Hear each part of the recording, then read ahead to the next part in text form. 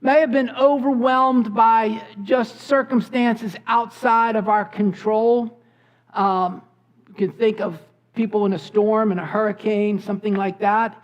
It may be a sudden death and you are the survivor and you're overwhelmed. It may be financial circumstances. I read somewhere this week that whelmed, I'd never heard this before, but whelmed means surrounded by water.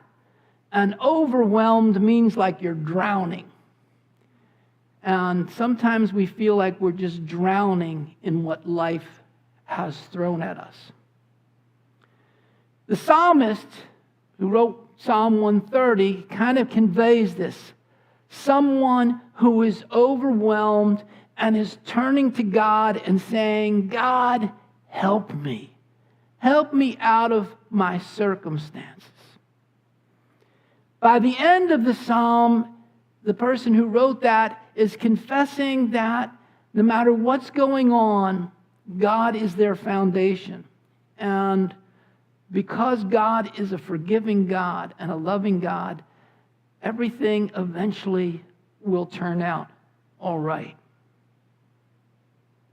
Now we can imagine that the two individuals that are highlighted in this story from the gospel, the woman with the hemorrhage and Jairus, both are feeling a little overwhelmed by their circumstances.